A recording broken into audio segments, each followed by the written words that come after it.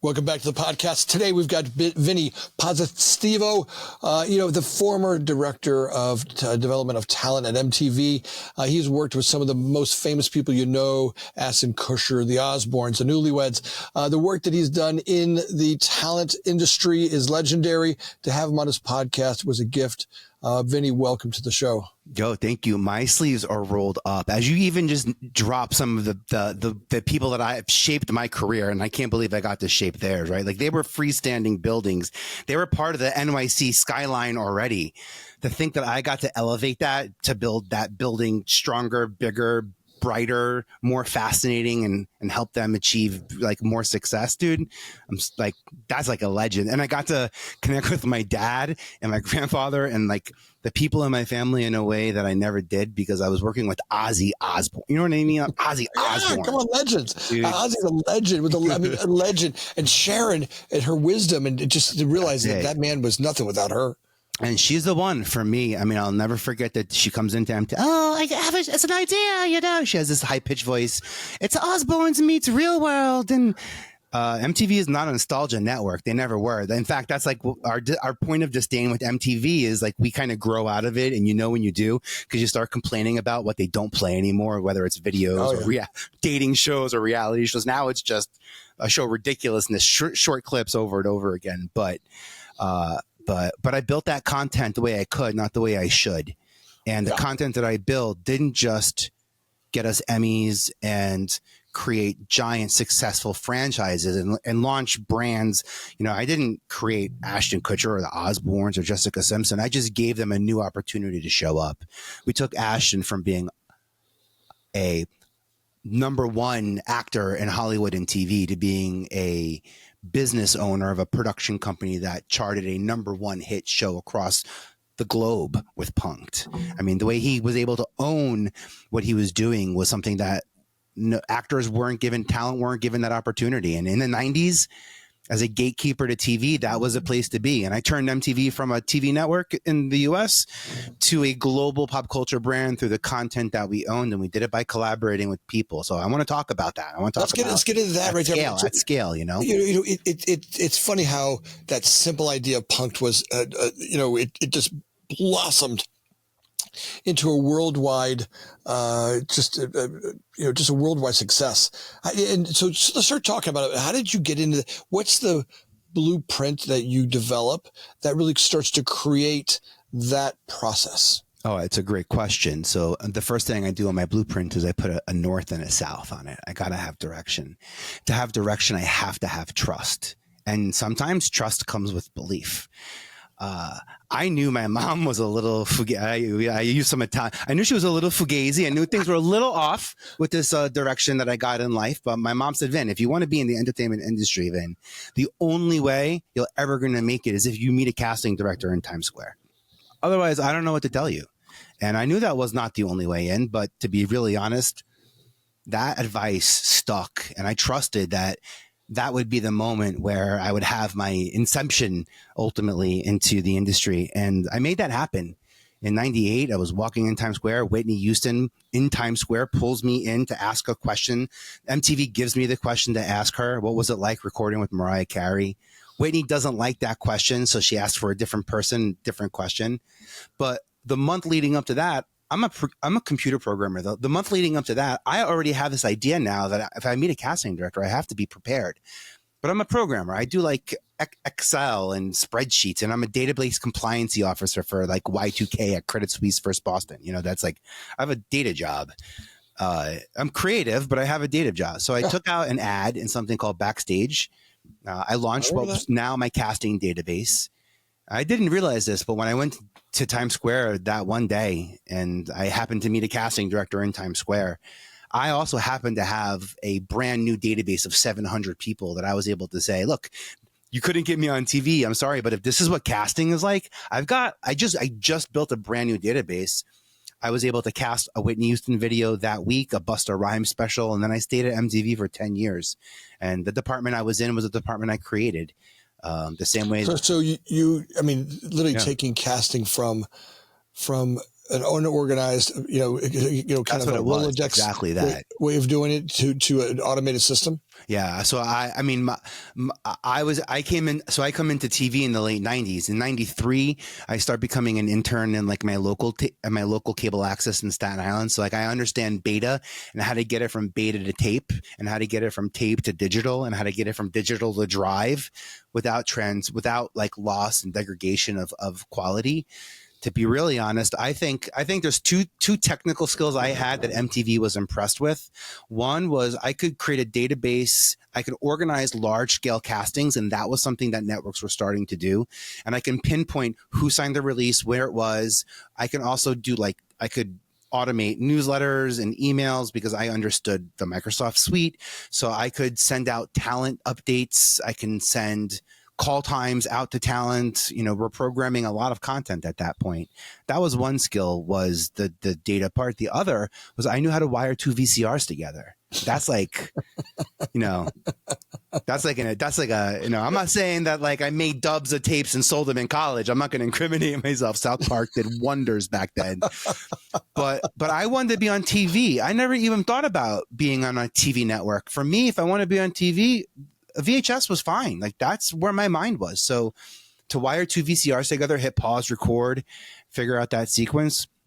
I'll never forget when I started talking to MTV about my staff position. They said, half your job's going to be in the studio and edits. And I go, I could just edit from my desk and answer calls. Cause if you have two VCRs together, I can just wire it that way. So it's like, but then you get really smart about like what works, what doesn't. You become a really tight editor when you only have 30-second window to pause and record and save on VHS, and you have to get that right once, you know what I mean? As opposed to how we edit now where we can step away. So I had some cool skills stepping into it, but it was that blueprint. It was that idea of like, I didn't wait for someone to figure it out for me. I knew I kind of had this direction, Times Square. And now that I had this direction, I'm just going to get really prepared, and I'm getting paid well at the computer center. And by the way, fixing everybody's papers. You know what that looks like in my job? That's how I pitch a TV show. I bet you that deck that I made for Punk'd looked very different than Yo Mama or Pimp My Ride or the Osbournes or Newlyweds or any of the other shows. They have to look and feel different. It's a business. Every show is its own intellectual property. It's its literal own LLC. So you have to have built that from the ground up with, integrity so that it can exist on its own. Because I'm not gonna make it. It's my idea, but I'm not gonna make it. I want credit, but I also get blame if it doesn't do well. So I have to build these to sustain. And that's the trick, is you start with the blueprint, you figure out the direction. Most people who work with me are afraid to work with me is because they're afraid of where they're going to land. They don't have an idea yet. That's something I'll work with you on before we work together. But I don't want to start working with people if they don't have a clear vision of what their goals and values are driving them to. That's like my ideal client. In the 90s, those were artists, producers that we know. Now they're CMOs and CMOs and CEOs and CGOs of companies that are making change, big change. And that's who I support. How did Ashton know that he wanted to make Punk? Did he have an idea for the show? So Punk'd was not the version of Punk'd that we know it as on TV, is not the version that was originally piloted. That was a different version of a show. And the answer is Ashton knew that he wanted to be an executive producer, and in television development, you buy the kernel of an idea knowing that it's going to change. The title's going to change. The talent's going to change. The direction's going to change. By the way, all of a sudden your audience changes or the advertisers change. There's a lot of change that happens. But that first initial sell of like the kernel of the idea, this idea, like we all grew, by the way, everyone at MTV grew up watching hidden video with their grandparents and family. Like we wanted something that actually brought you to the network and brought you to the TV, and you kind of needed to watch TV. MTV up until then was the TV's on, but I don't need to be in the room to see what's on TV because it's a music video. I know what it is. I've seen it. Or it's a show about music videos, which I've also seen. So I don't need to be in the room. So this idea of shared viewership was something that MTV was kind of built on. And in the 90s and 2000s, when cable starts getting real specific about its network, our way to draw in more audience was to do Osbournes, which is an intergenerational story about two people. Punk'd, which really was a harp back to hidden video. And Newlyweds, if you think of it, is like, there's a lot of TV shows that start off with a wedding and chaos ensues. So like there's a lot of TV shows that were very successful. Friends being one of them, by the way, that were successful with that as a format. And I think it was time for Jessica to claim her story, because Jessica up until that point was compared to 3 women in her industry that she was always not. And she was always not something. And who's a billionaire now? Who's got that Macy's deal that changed not just her life, but millions of lives thereafter. I got to course correct what she was doing. Then she does Dukes of Hazzard and just kills it with a direct, but we gave her that space to pivot into her for sure. If you looked at that show, I mean, really each character had a different part of your personality. Right. If you really looked at it, and I think that's one of the things that fits. If you look at that, Seinfeld, any of them, there really is the funny one in you, the goofy one in you, the nerd in you. They're kind of each part of our characteristic. And I think you can relate to each character from your being at different times. I think they did a great job of dissecting the human in each of those characters. Yeah. Breakfast Club comes up a lot in reality. Like when I was doing ensemble casting, whether I had to go into an existing business and figure out, but what you're really doing though is you're figuring out in a mechanism like that, and like in franchisable storytelling, what you're really looking for are tent pole moments or tent pole, like concrete poles that are going to hold this sucker up that aren't going to change. Those are usually characters. Like, so I'll use the Kardashians, for example. So the Kardashians is a complicated building. It's a big building and it has a lot of layers, and that's why it works, because that relationship between parent and children will always exist, and that's always going to change. But the connecting arc between parent and child is called a story engine. So there's a story engine immediately because there's a relationship between parent and child. Then you have the story engine between parents. Then you have the story engine between children. Then you have the story engine between the family versus the rest of the world. And you'll never get, I think I learned this in like Newlyweds more so, because MTV was a big production company and a network, so we were really hands-on. What I learned in Newlyweds was especially because it was 2 people's lives coming together as opposed to Osbournes, which was just one family. There's a lot that happens in people's lives that didn't make the cut because it just didn't drive the story forward. So like having that focus, it's all based on that blueprint though. And that blueprint gets broken. So as I said, like Ashton came in, sold us the blue. By the way, did we want to turn Ashton into an award-winning executive producer? How cool would that be for MTV to be? Like we got to do that. You know what I mean? Awesome. That's like, and he wasn't looking for a passive play. He wanted an active role as an active executive. The things I learned by being in the room with him. I mean, that dude soaks up energy and vocabulary and spits that out 1 second later. Like I would wait a week to repeat what someone would say to me. He acts instinctively, instantly, and uses it to connect it deeper. The dude is like, he's a beast. He's a creative beast. And like, we gave him a platform to play with. And we did that with, you know, for better or for worse, probably for worse, with Diddy, with Making the Band. We did it with a lot of artists. When you go back to the Osbournes and really look at each of the characters on the Osbournes. I mean, you've got, you know, Mom, she's this genius, right? The Ozzy, he's a mess, right? He's a project in itself, right? But you got Jack and the daughter, and you got, and they're each these individual little, little characters inside the show, right? Yeah. They're having their own little arc you watch Jack as he goes through puberty and all the, kind of a goofy kid. And each of them have their own little arc in there that you follow around this crazy dad and trying to figure out, all right, what did the dad do to mess that kid up? Right. There's part of you that kind of looking inside going, all right, I can see how Jack's all messed up because of Ozzy. And you kind of, part of your brain plays that game a little bit. But she ends up pulling the whole thing together in a way that's just bigger than life. Even in working on that show, like I worked on that show and like I don't think Ozzy would know who I he would recognize me, maybe not know my name, but I never really communicated to him directly. I would communicate to her, and then she would tell him, so that he would, so there was, but that was like almost a social barrier, but that's how he operated best. And I did go through, unfortunately, a lot with that family, a lot of highs and lows with health and drugs and mental health and and physical health. There's a lot that I got to experience. When you become someone's family member, when you're when you're the guy hiding underneath the kitchen counter when they're shooting scenes, you become part of the family. And I think, back then, I would say in development, we try to start conversations. That was a big question of development. Like, what conversations do we want to start? What conversation as a leader in pop culture and as a leader in this media world, do we want to be responsible for starting? I would like to think that the conversation around Osbournes was different doesn't mean worse or better. Different is just different. Like, Sharon's parenting style was heavily under scrutiny on that show because they were just so radically different than all the other TV families up until that moment. And yet I was like, they're the ones that are most like mine.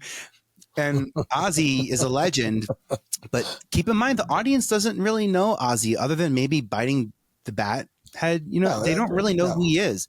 No. So to see a parent be a child in some way where the children are, there was almost like a who's parenting who, actually. Yeah, they change roles, right? You kind of get how he's, especially, you just imagine from the way he talks, the years and years of just torture on his body. The road, the traveling, the drugs, the partying, the stuff that's out there. Just his exposure. I mean, it takes a toll on you, right? You look at him. That show was different. He paid a toll. That show wasn't meant to be like a get up and follow. That show was meant to be. The heart of the family is in the kitchen. Ozzy likes this cooking show on BBC that he's obsessed with. So it's going to be kind of like the family show in the kitchen. And then what happened was so many funny things would happen in different rooms.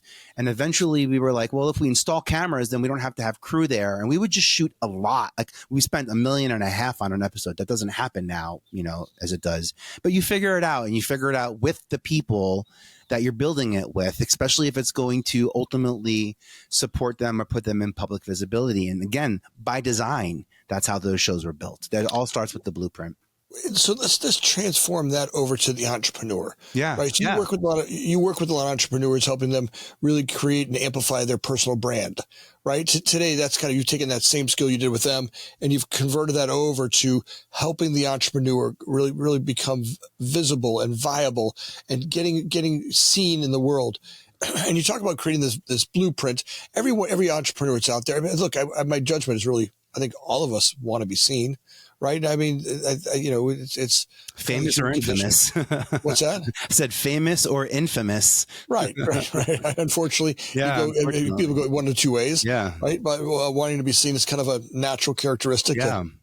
Maybe it's prehistoric in us. As long as I'm being seen, you're not going to leave me out here to die and fend for myself, or I'm not going to starve to death. The community's here to see me if I'm seen. So let's talk a little bit about what's the strategy you start with when you work with an entrepreneur, be it their personal brand or their company brand. Yeah. By the way, it starts with the blueprint. We get clear on direction. The next layer after the blueprint's the foundation. Foundation for people brands, I think, is reputation and credibility. Reputation and credibility are absolutely the two pillars that I would build a personal brand. And then I would be intentional on what platform I get to build my brand on. So I like and choose LinkedIn intentionally. I choose LinkedIn because it verifies who people actually are. There's an intent of being able to move forward and actually make relationships and conversations happen. Also, what I do in LinkedIn is echoed outside of LinkedIn. Newsletters show up as articles that are web pages in Google and GPT. So my profile, by having a properly sort of optimized profile on LinkedIn, is going to get me more visibility in Gemini and GPT than just having a website in and of itself. So like I know platforms. Talk to me about that some more. Yeah. So I know. So building visibility in Gemini, in chat through the brand development. Yeah. So let's look at visibility two ways: explicitly and implicitly. Right, Implicit is where we're coming from. Implicit is, oh, he's an expert. He wrote a book. He's got millions of followers. There's that world of like the perceived reputation. By the way, dictated by word of mouth. When people told stories, but people don't tell stories. The word of mouth is people share stories. They share content, so they don't even get to comment with thoughts most of the time. And I'm looking at a way to build your presence that's with leadership is different than if I was to try to build your presence for the sake and art of visibility in and of itself. What I can do on LinkedIn, for example, my comments are ranked by Google on LinkedIn. So I'm getting visibility by Google search bots just from my comments, for example, by being on LinkedIn. That doesn't happen on any other platform. I have a LinkedIn newsletter. And this is why I believe that LinkedIn chose me to be a top voice. And I was also in the LinkedIn podcast network as well, which was an honor to get to kick that off. But I have a newsletter that supports my conversation. It's called I Have a Podcast Community newsletter, and I do have a podcast called I Have a Podcast. Yeah. But I don't focus on the newness of my episodes or my guests or anything episodic when it comes to how I deploy my messaging. I have a newsletter that supports an ongoing conversation. And leadership looks like an investment in time. I'm starting a conversation today that I'm prepared to start, that I'm prepared to support tomorrow. And I show that by coming up with tentpole moments on LinkedIn. So the first thing we would do, come up with quarterlies, come up with town halls.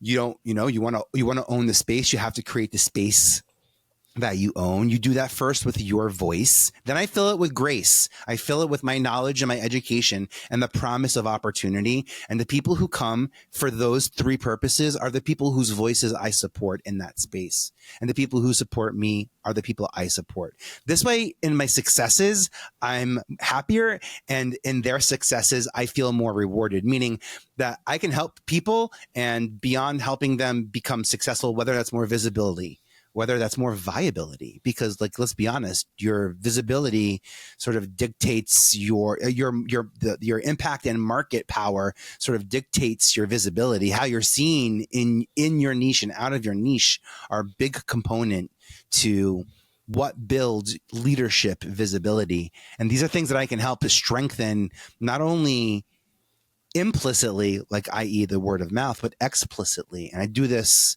in a couple of ways. For creatives on IMDB, this is my favorite trick. Let's talk about that. I think that's a good hack. I remember you talking about this. So Amazon owns IMDB. IMDB is the Internet Movie Database. The Internet Movie Database is a place where you cannot go to watch movies. You can only watch trailers and get information about your favorite intellectual property, movies, TV shows, and podcasts. So Anthony, as an executive producer, by the way, your executive producer credit is waiting for you. So claim it because it's yours. You are allowed to claim credit as long as something is aired. It just can't be in development. It has to have aired, and then you can claim that credit. But how I leverage IMDb is I'm building explicit data points. I'm taking Anthony, the entity, which is what Google identifies you as, an entity. And I'm connecting it to your podcast, which is an entity. Now I'm creating a data point for your podcast and I'm connecting you. But also you have episodes, and those episodes contain guests. Your guests get you visibility. The topics that you're discussing in your episodes get visibility. Maybe you create social media content to promote your podcast. Maybe your episodic artwork is different. Maybe you have reels and shorts and square. Maybe you have content that no longer fits social media because the ratios change. IMDb is a great place to repurpose all of that content because people go there to look at the photos, the screenshots, and the trailers. They don't go there to consume. So now I have IMDb creating data points on who's my staff, who are my editors. I actually leverage it two ways in terms of networking. One is because of my background. I love telling people about this, Anthony. And by the way, I do have a whole documentation on how to do this. Nothing that I've shared here goes undocumented. And we'll put the link down below. Let's take a link to that document. We'll put it down below for everybody. We'll put it down below. And I'll make sure that we walk you through it too, to get you correctly there. Nickname. If you have a fun nickname, if you have a unique qualifier, I'm able to get people identified by something as simple as the number one failure guy. And I can get you top ranking for that, which it's, by the way, you know, where how you pull that, you know, out of your back pocket and impress a brand by showing them that you know exactly how to show up intentionally where people are looking. Like, that's powerful. That's the thing I think I did differently at MTV, and the thing I do now is it's not just about like the visibility. And I even started with saying it's all, for me, if I'm going to work with an entrepreneur, it's going to start on LinkedIn, not Instagram and TikTok. And there's a lot of great reasons why you might want to start there, because of product and money and the shopping, and I can go on and on. But that's commerce visibility, completely different than the leadership visibility I know I'm capable of creating on LinkedIn because of the LinkedIn platform. Well, I think when you're looking at creating that leadership content, right? Yeah. You know, finding those things that you want to be related to on LinkedIn, right? The conversations, the topics. You know, ultimately, you know, when you want to be seen out there as a leader or as an influencer or as a subject matter expert, right? You start to slowly build on it. So let's talk a little bit about this. So we hit a couple items. I want to kind of dissect both. So let's hit IMDB first. So starting with IMDB, one, if you produced it, let's use, for example, Future Factory podcast. If I want to go on there and be the executive producer of Future Factory podcast, right? I put that on there, and now I start to put each of the episodes and a topic in there. Yeah, exactly. And you attach the guests that you've had to each episode.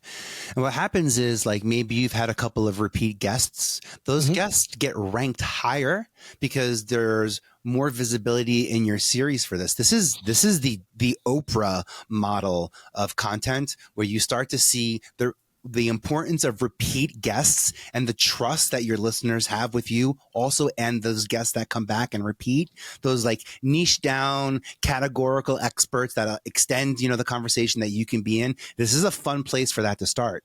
But the big win is if you're looking to get more visibility, if you're looking to get visibility in mainstream media, I'm telling you that I, as a casting director, I, as a network executive, look on IMDb for everything. I just had a 4-part miniseries air during the Oscars, where I identified people who work below the line. So these are not executive producers; these are creatives below the executive line who work on films, who work for Oscar-nominated films. And actually, it was advertorial programming by Prudential, who was the title sponsor for the Oscars. So the theme was people who invested in their creativity. I went to IMDb. I searched for who was on which films. I figured out through IMDb, I can get your email address and your phone number, because I pay for IMDb Pro, but you don't have to pay for IMDb to get the credits that we're talking about. So I, as an executive, am able to go in and get this information. I cast an entire project without telling people what I was casting. That's the way I move. I don't want people to see what I'm doing. I want to be as behind the tarp as possible when I'm under construction, by the way. I would absolutely invest in a laminate to distract from what's happening behind there. There's so much value in distracting people while you're building something, giving them something to satiate that quest, that thirst that they have for you. That's power that you have. That's in understanding what your foundation looks like. And I think what we're sort of talking here now is like the materials and tools when you're building your brand, because we're talking about modern tools like podcasts and how do we get on streaming platforms like Hulu and Netflix. My podcast, for example, is seen on United Airlines and American Airlines and gas TV and airport TV and hospital TV and laundromat TV. I'm focusing on getting smaller clips to places where people can't swipe and tap the screen. They're stuck in a room. And I'm going to have something visually arresting there for them to see. I'm having more success tapping into closed circuit networks and making more impact than trying to get on any streamer, Netflix, or any number one TV place right now. So there's intention behind that too. And that's also why my podcast is not on YouTube, because the second I put it on YouTube, I can't leverage my video content the way that I can cross market in the public sector of media. So I understand that. So once it goes on YouTube, the problem is that it loses. It's already sold out. Well, yeah, because it's like it's on demand, right? So this is like if video killed the radio star, like YouTube killed music videos. Well, so I've worked on a couple of things. I've got tuning into long-term programming for music videos, I should say. I got a TV show that I've been working on that. So are you saying that once you put it on there, because it's on YouTube, it's already out there? You can't really hold the content from there. It becomes public property. Well, you have to think about, so if you have a TV show and you're going to put it on YouTube, and that's exclusively where that's going to go because you're trying to maximize the reach of YouTube, I imagine, would you be trying to monetize through ads on that platform as well? Like, are you monetizing media? I think that's what you're always looking for. Is when you go to be seen, right, in the Hollywood world or in the LinkedIn world or the leadership world. When you're creating these ideas, and the purpose of getting seen or being seen or creating, on the backside of it, ultimately, I think all of us are looking for some way of getting paid for it, right? Turning that into some sort of revenue or I mean, athletes make most of their money off the field, right? So like off the what? Off the field. Yeah. They make billions, hundreds of millions from everything else other than playing the sport. Ooh, that's interesting. I hate to, right? Actresses, the same thing too, right? You get peanuts for your actual profession, but you become an expert in your category. You're exotic in others, and that's, I think, what makes collaboration successful. So say that again. Go back through that again, because I think I want the audience to hear that, because I barely got it. So say that one more time. Like when you're unique, when you're exotic in your industry, like having success in a singular lane. I mean, look, infamously, Amazon was known for selling books, and they did it really, really well.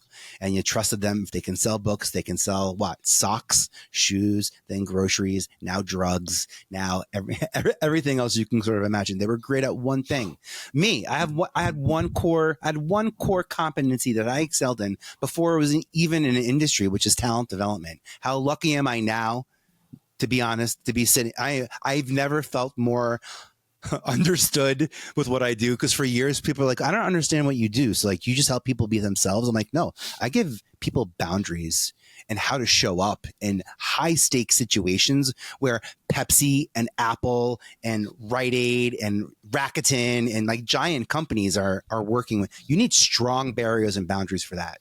So if you can be successful in your category, you'll be exotic in others. And that's where collaboration works the best. Snoop and Martha Stewart, a great example of in industry niche down experts in their categories.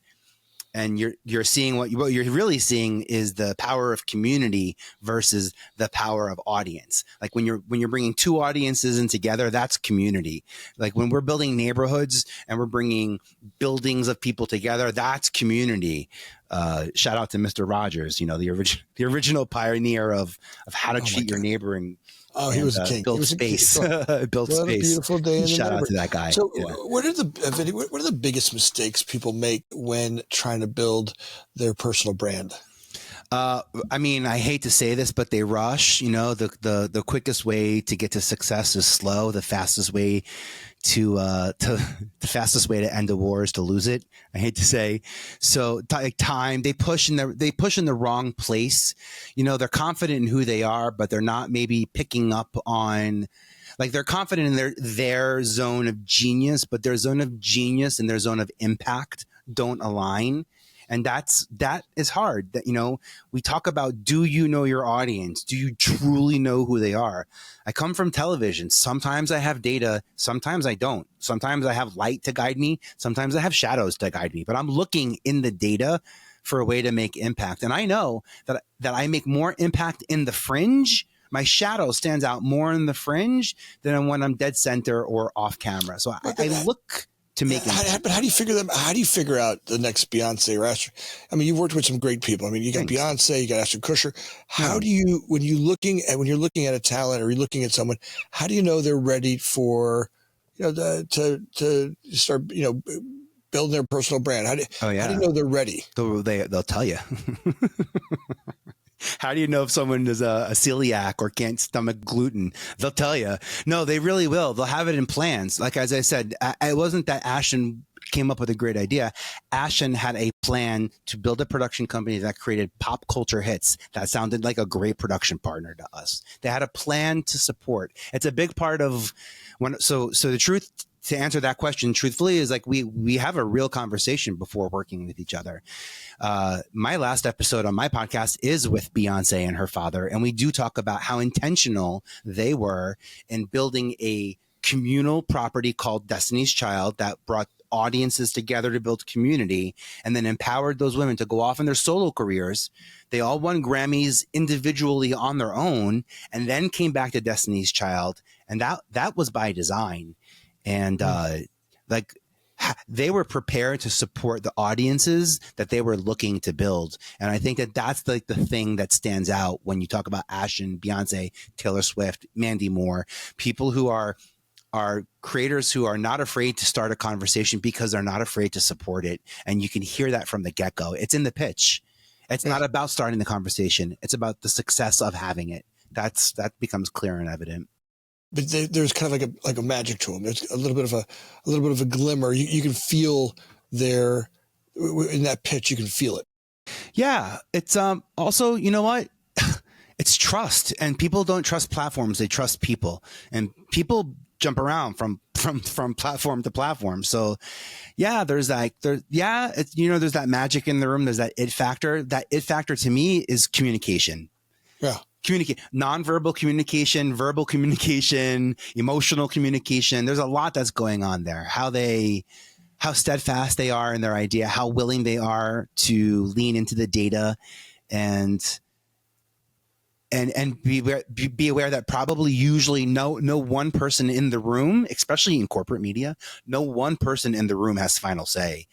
Everything is by delegation because it's by design. No one wants to blame. No one wants to blame. That's exactly that's why 5 people win Emmys when a show is a hit. Only 2 get fired, but 5 can win. Yeah, exactly. Yeah. Well, that's why it was important for me to identify those below the line people and give them, a moment. And one of them was a choreographer that I got to work with at MTV who choreographed a movie called Dreamgirls, which did pretty well. And it was a cool moment. But IMDb, man, that's like, it's low. And look, and here's the thing, that works for podcast guests too. Like, as a podcast guest, I love telling podcast hosts, hey, are you on IMDb? Because I want to make sure that I give myself credit for being on your podcast. Well, that's a good way. I've never even thought about it. When you said this, I'm like, IMDb for podcasts. So let's go do that now. And it's sexy, by the way, right? Yeah. Like, you're bringing me into the celebrity entertainment media. You're controlling my image. Like, I give you approval to bring my name into that conversation. That's why I ask, because I am bringing your name into a public conversation. Some people would rather have a business entity than a name. That's why visibility so then I put the business name down. We all have you have a company. So as an award-winning podcast company, you produce award-winning podcasts that have award-winning podcast guests and award-winning podcast episodes. Like, those are data points that are waiting for you to claim. They're there. They're free. So let's start with the fundamentals of it. Yeah. So you go to IMDb. Right? Do you sign? Yeah, you can go to. We'll put a link in here because there's like a specific place to go to start and create a place for intellectual property. So if you go to vpe.tv/IMDb, like, that will take you to like where you need to go in IMDb to first say the name of the project, the year that it came out, the platform it came out, the territory, the US, what type of media property it was, and who's the owner of it. All right, so do that one more time. So the platform, the website is what?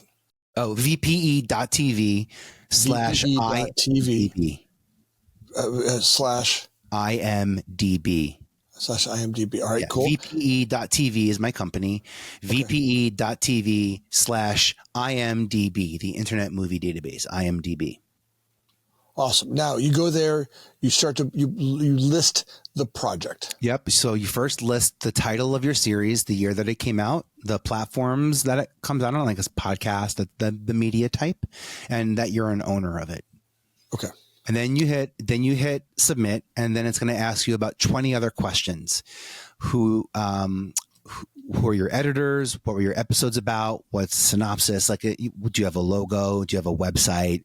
Like, you have to check a couple of boxes. It's an older system. There's absolutely no way to automate it. So like, I can't set up, it's not an easy approach. That's why I took the time to write the instructions that I wrote at that link that I'm sharing with you. It's not just how to, but it's how to maximize and optimize the system, because there are a lot of inputs. But that's what's great about this, is it's explicitly telling Google that you exist, and it's explicitly connecting you. I mean, Anthony, to be in a room, someone gives you an idea for your podcast, you can say, thanks. Hey, can I give you special thanks on my podcast for that on IMDB? Right, that's a really cool networking tip for people who want visibility. And you don't have to be a casting director or an Emmy Award-winning producer to give people that. That's something you have the power to do. And people don't even realize that. That's why I'm like, this is so powerful. It's powerful. It's relationship building and creating at its best in its digital age of discovery. That's fun. Listen, I got to start working on that for the podcast. We'll have to figure out how to get that out there and get her producer rights, and then her and Joe can all become executive producers for a podcast. And all of a sudden, your team gets credit for it, and you're all building network. That's it. And maybe one of your guests hits it, and they become the next big Shark Tank idea or the next big name on some platform, and they get instant visibility, and everyone starts Googling their name. Guess whose podcast episode is going to pop up as a resource? Awesome. Yes. Well, that's huge. I think that's just one of them. You are you're like a plethora of information. You're a bright light in this planet. If people want to work with you to start to build their personal brand, they want to get you to be their coach or have you come on board with them and their company in this ride to really be seen out there, what's the best way for them to catch up with you? Get to know me, become my friend. I like to work with my friends, and I become friends with the people I work with. Open door policy on LinkedIn. It's the best. LinkedIn I got a big long Italian name. If you can't figure it out, check the show notes, or hopefully my name made the title of the episode. Thank you if it does, because it will. When our name's in the title, it gives us more visibility, and like, you're in control of that. If they really want if they don't know the spelling of my name, they can finally let this be the episode that gets you off the couch, because you know how to play podcasts, but do you know how to leave a 5-star review? And it's free. I'm begging you. Please leave Anthony. I will meet you into 5-star reviews. We'll give Anthony his 5-star. Let this be the one. Thank you. Please. Thank you. Thank you, bud. Thank you, guys. It makes the world of difference. It means a lot. The whole team. I mean, you know what? And if you do that, by the way, and you're listening this far in, take a snapshot of that comment, tag yourself in it, and then tag me on Instagram or wherever it is, and I'll repost and I'll retweet your action quicker than I would content. And that's what I want to reward. So I'm looking forward to that. You are so amazing, man. Brother, I am so grateful to have you on this show. It's like you're just this amazing light out there. And thanks, I got to have you on here more. We're going to keep showing people how to build their brand. Folks, I'm going to put all the connections to that down below here. Make sure you jump into the podcast, get down to the show notes, get connected. It's a wealth of information. Vinnie, I'm so grateful for having you on the show today. My pleasure, bud. See you around. Awesome. Hey, audience members, today, last week, we got 65,000 subscribers on YouTube. It's amazing the amount of work you guys are doing. We noticed a lot of you guys made to the end of a podcast and you weren't subscribers. If you could take a second right now and just go like and subscribe and leave a great review for us. It means the world to all of us, to Alyssa and Joe and Vinny, the whole team out here at Future Factory Podcast. We work really hard to have amazing guests like Vinny come on board. Vinny, I'm grateful for you here, and audience members, thanks for listening.